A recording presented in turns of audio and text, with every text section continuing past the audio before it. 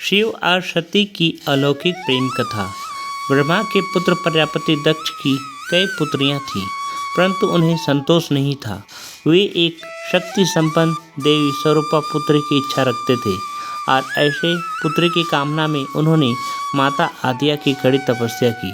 उनकी तपस्या से प्रसन्न होकर माता ने उन्हें दर्शन दिया और उनको वरदान दिया कि वे स्वयं उनकी पुत्री के रूप में जन्म लेंगी। देवी आद्या ने सती के रूप में जन्म लिया। समय आने पर सती के रूप में माता भगवती ने दक्ष के घर जन्म लिया और जैसा कि दक्ष की इच्छा थी उससे कहीं अधिक उनकी यह पुत्री सभी कन्याओं में सर्वाधिक शक्तिशाली और अलौकिक थी। और जब सती विवाह योग्य हो गई तब राजा दक्ष को उनके योग्य वर की चिंता सताने लगी। उन्होंने ब्रह्मा जी से परामर्श उचित समझा। ब्रह्मा जी ने कहा, सती देवी आद्या के अवतार है और उसकी योग्य केवल एक ही वर है इस संपूर्ण संसार में, और वो है शिव, क्योंकि यदि सती आरंभ है तो वे अंत हैं। सती शक्ति की पुंज है तो वे शक्ति पुंज के धारक हैं। ब्रह्मा जी की बात मानकर दक्ष ने शिव जी से सती का विवाह कर दिया और सती भी कैलाश में रहने लगी। दक्ष हुए शिव से रुष्ट। एक बार एक देव सभा का आयोजन किया गया था जिसमें सभी देवताओं ने भाग लिया।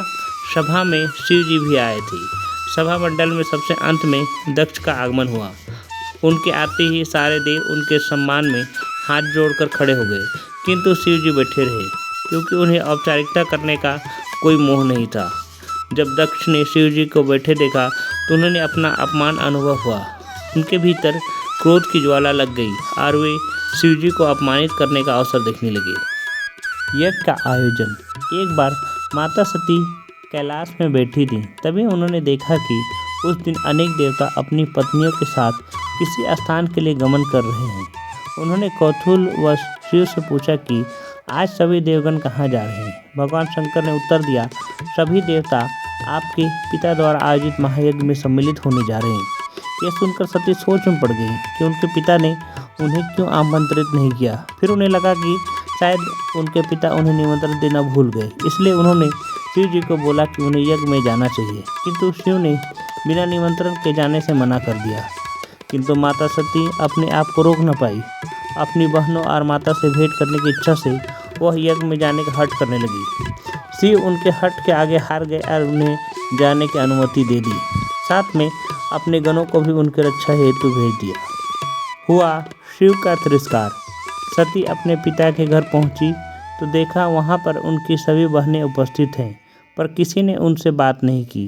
केवल उनकी माँ ने ही उनका स्वागत किया। दुखी मन से वह यज्ञ वेदी के पास गई और उन्होंने देखा कि वहाँ पर सभी देवों के भाग रखे हैं, किंतु भगवान शिव का भाग नहीं है। वो अपने पिता के पास गई और उनसे पूछा कि पिताश्री, यज्ञ में कैलाशपति का भाग नहीं दिख रहा, जबकि बाकी सभी देवताओं के भाग उपस्थित हैं। यह सुनकर उनके पिता क्रोध और अहंकार से बोले, यहाँ उसका भाग क्यों होगा? यह यज्ञ देवताओं के लिए आयोजित किया गया है। वह नग्न रहने वाले दरिद्रों और भूतों का स्वामी है। वह देवताओं के साथ बैठने योग्य ही नहीं है। माता सती हुई क्रोधित। अपने पति के विषय में ऐसी बातें सुनकर माता सती क्रोध और पश्चाताप के अग्नि में जल उठी। उनका हृदय ज्वाला की तरह भभकने लगा। उनकी आंखें क्रोध से लाल हो गई। उन्होंने क्रोध और पीड़ा से कपकपाते होठों से कहा, मंगलकर्ता शिव के प्रति ऐसी बातें बोलकर आपने बहुत बड़ा पाप किया है। आपके उनका अपमान किया है जो संपूर्ण सृष्टि का विनाश करने की क्षमता रखते हैं। मैं अपने पति का अपमान सुनकर जीवित नहीं रह सकती और ना ही कोई ऐसा यज्ञ पूर्ण होने दे सकती हूँ जिसमें उनका भाग न हो। यह कहकर सती यज्ञ कुंड में कूद गई। वीरभद्र ने किया यज्ञ का विध्वंस। जलते हुए अग्निकुंड में सती का शरीर जलने लगा। ऐसा भयानक दृश्य देखकर सभी देवता भयभीत हो गए। सती के साथ गए गण भी क्रोध से भर गए और यज्ञ का विनाश करने लगे। सभी देवता और ऋषि मुनि प्राण बचाकर भागने लगे। सभी शिव के क्रोध का विचार कर कांपने लगे। शिव ने अपनी अंतर्दृष्टि से सब कुछ देख लिया और वे क्रोध से तांडव करने लगे। उन्होंने तांडव करते हुए अपनी जटाएं शिला में जोर से मारी और इससे वीरभद्र की उत्पत्ति हुई। वीरभद्र ने यज्ञ मंडप पर जाकर दक्ष का गला काट दिया और संपूर्ण यज्ञ का विध्वंस कर दिया।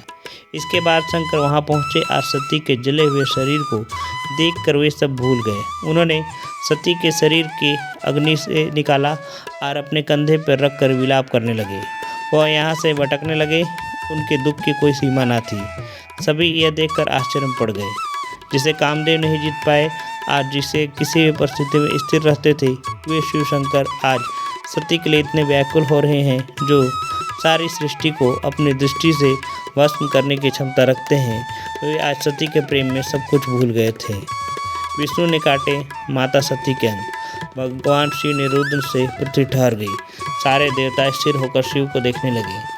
किसी को हिम्मत नहीं थी कि वो शिव के सामने जा सके। ऐसे समय में सृष्टि के पालक विष्णु आगे आए और उन्होंने अपने चक्र से सती के एक एक अंग को काटना शुरू किया। इस प्रकार सती के अंग एक एक कर भूमि में गिरने लगे और जब अंत में सती के सारे अंग गिर गए, तब भगवान शिव शांत हुए और स्थिर हो गए। पृथ्वी भी सुचारू रूप से चलने लगी।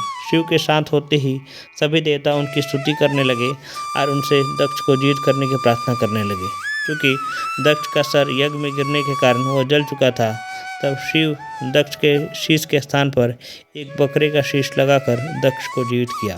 भूमि पर जहाँ सती के अंग कटकर गिरे थे, वहाँ शक्तिपीठ का निर्माण हो गया।